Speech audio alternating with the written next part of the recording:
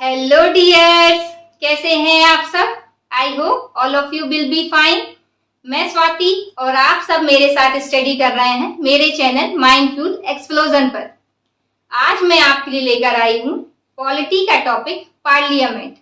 और ये टॉपिक किसी पर्टिकुलर क्लास का नहीं है, बल्कि ये आपकी क्लास 6 से स्टार्ट हो जाता है और सभी क्लासेस में आगे की आपको देखने को मिलता है।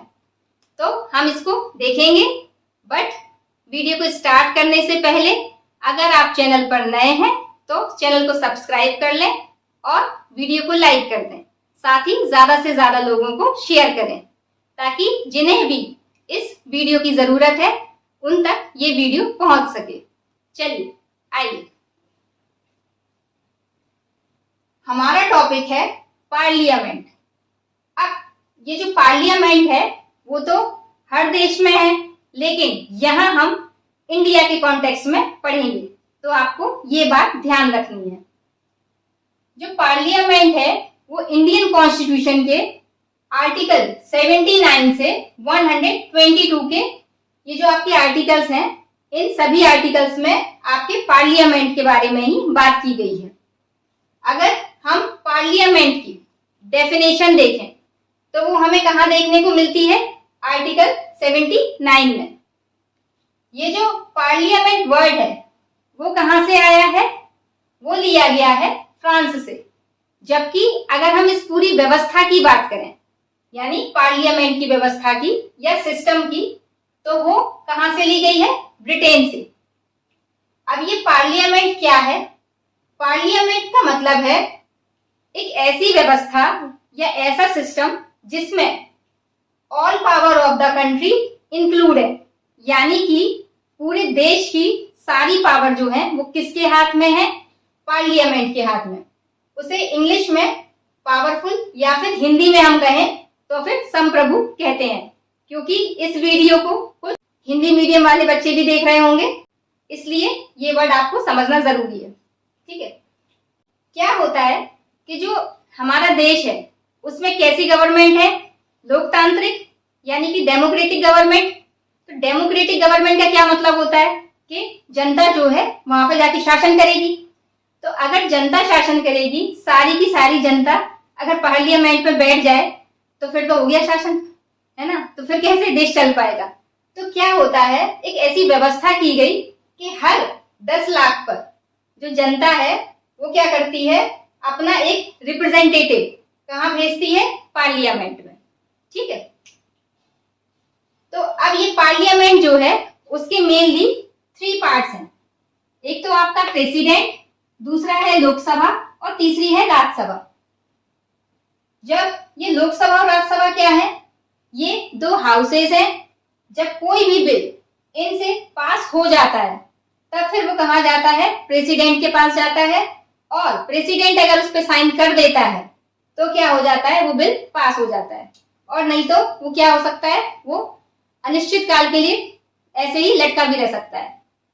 राष्ट्रपति क्या करता था, आपने कई बार देखा होगा, अपनी पॉकेट बिटों का यूज कर लेता था और क्या करते थे, और ये जो बिल है वो आपका अनिश्चित काल के लिए लटक जाता था। ठीक है, तो इसीलिए अभी एक आपने देखा होगा कि अभी तमिलनाडु की सरकार जो थी उसने क्या किया था, अभी वो सुप्रीम कोर्ट में एक केस लगाया था कि वहां का जो गवर्नर है तो उन्होंने क्या किया, कम से कम 10 बिल ऐसे थे जो लगातार कंटिन्यू में थे और उन्होंने एक भी बिल पास नहीं किया था। तो इसके पीछे जो सुप्रीम कोर्ट है उसने क्या किया है, प्रेसिडेंट को भी कहा है, अभी फिलहाल में, ये करंट की न्यूज है, ज्यादा समय पुरानी नहीं है, कि आप जो भी बिल हैं वो आप क्या करो, 3 महीने के अंदर अंदर आप क्या करो, पास करो, इससे ज्यादा आप नहीं रख सकते हो। ठीक है, तो ये बात भी आपको ध्यान में रखनी है।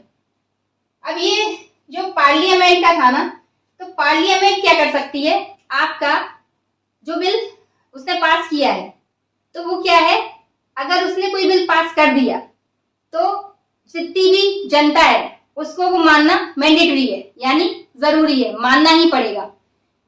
हाँ, अगर खुद पार्लियामेंट चाहे तो वो क्या कर सकती है, किसी भी बिल को वापस ले सकती है। अन्यथा जो भी उसने पास कर दिया, जो भी उसने कानून बना दिया, वो पूरी देश की जनता के लिए क्या होता है, लागू होता है। तो इसी तरीके से आपने देखा होगा 2020 में, अभी जब कोरोना का टाइम चल रहा था, तो गवर्नमेंट ने क्या किया था, फार्मर्स के लिए 3 बिल पास किए थे। बट फार्मर्स ने उनका क्या किया था, प्रोटेस्ट किया था। तो उसने जो मोदी गवर्नमेंट थी, तो उन्होंने क्या किया था, उन बिल को वापस ले लिया था। तो लेकिन जो वापस लिए थे वो उनके प्रोटेस्ट की वजह से नहीं, वो तो बल्कि उनकी खुद की मर्जी। उनने देखा, उनको लगा कि हाँ ये चीज सही है या नहीं है, तो उन्होंने, मतलब कुल मिला के ये है कि जो पूरे देश की पावर है वो किसके हाथ में है, पार्लियामेंट के हाथ में। वो चाहे तो अगर उसने बिल पास कर दिया तो वो सबको मानना पड़ेगा।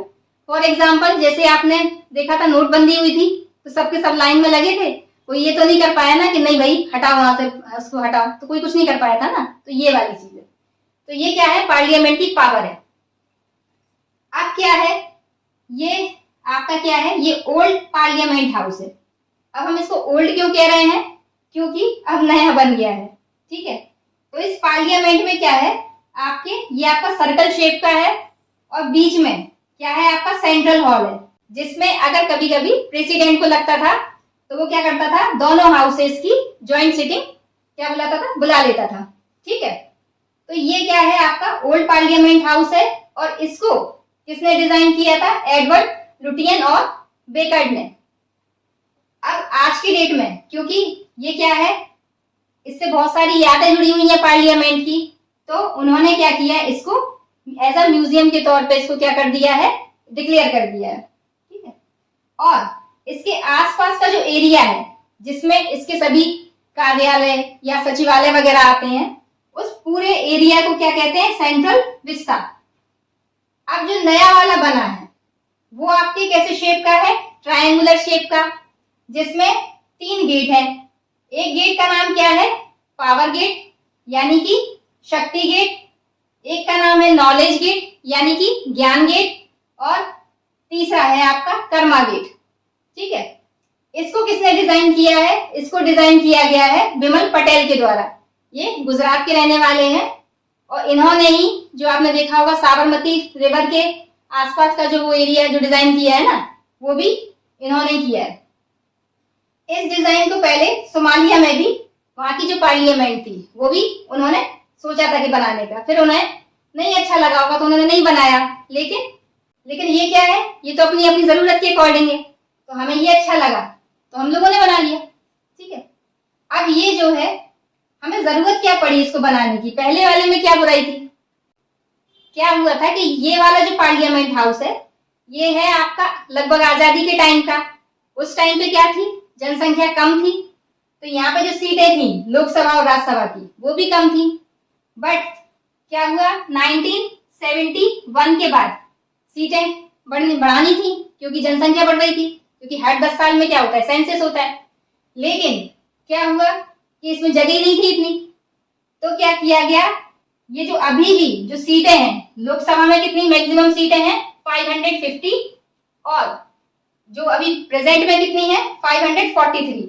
अब ये कैसे है, ये भी मैं भी आपको बताती हूँ, एक सेकंड रुकिए, पहले ये क्लियर कर लें। तो क्या है, और राज्यसभा में कितनी है, 250। तो ये जो सीटें हैं ये 1971 से चली आ रही हैं, और अभी भी ये उतनी की उतनी ही है, इनको बढ़ाया नहीं गया। क्यों नहीं बढ़ाया गया, क्योंकि जगह नहीं थी बैठने की। बट अब 2026 में क्या सीटें बढ़ेंगी, तो क्या होगा, नया आपका ये बनाया गया पूरा का पूरा पार्लियामेंट, क्योंकि इसमें आपकी ये जो सीटें बढ़ेंगी वो लोग तो बैठेंगे ही, साथ में मीडिया वगैरह है, तो ये सब चीजों के लिए पूरी व्यवस्था को ध्यान में रखते हुए इसको बनाया गया। अब क्या है, लोकसभा और जो राज्यसभा है, लोकसभा क्या है आपका, इसको कहते हैं लोअर हाउस, और राज्यसभा को कहते हैं अपर हाउस। लोअर हाउस ये क्या है, सारी की सारी मेन पावर जो है आपके लोकसभा में ही निहित है। क्यों निहित है, क्योंकि इसको कहा जाता है जनता का हाउस। क्योंकि यहीं पे क्या होते हैं, जो चुनाव होते हैं, वहां पे जो रिप्रेजेंटेटिव आते हैं वो जनता खुद चुनकर भेजती है, जबकि राज्यसभा में खुद नहीं चुनती, बल्कि जो मेंबर ऑफ लेजिस्लेटिव असेंबली होते हैं वो लोग यहाँ पे चुन के भेजते हैं। ठीक है, तो यहाँ पे जो सीटें क्या है, लोकसभा में कितनी सीटें हैं, 550, बट प्रेजेंट में कितनी है, 543। एक्चुअली पहले कितनी थी? 545 थी ये, बट क्या हुआ कि इसमें से जो एंग्लो इंडियन की 2 सीटें थी वो हटा दी गई। अब 2 सीटें क्यों हटा दी गई एंग्लो इंडियन की? क्योंकि एंग्लो इंडियन कौन है? जो उस टाइम पे जब अंग्रेज आए थे तो वो लोग यहाँ पे शादी वगैरह करते थे, तो उनके लिए क्या किया गया था? 2 सीटें रिजर्व की गई थी। बट आज की डेट में देखा जाए तो अब तो क्या हो गए, उनके भी जो बच्चे वगैरह होंगे तो अब तो वो यहीं के हो गए ना, तो अब उनके लिए अलग से सीटें रिजर्व करने की क्या जरूरत है? तो इसलिए वो 2 सीटें हटा दी गई। और ये जो 550 में जो 5 सीट हैं वो कौन सी है?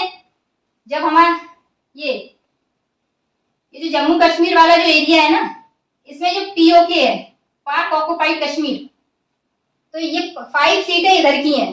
मतलब यानी कि इंडिया वाले अभी भी ये बताना चाहते हैं कि ये जो पीओके है वो हमारा है, ठीक है। तो यहाँ पे भी चुनाव तो नहीं होता, इसलिए जो इलेक्शन होते हैं वो कितनी सीट पे होते थे? 545 पे होते थे, जो अब कितने पे होते हैं? 543 पे, ठीक है। तो ये है आपकी सीटें। अब ये जो लोअर हाउस है इसको यूके में क्या कहा जाता है?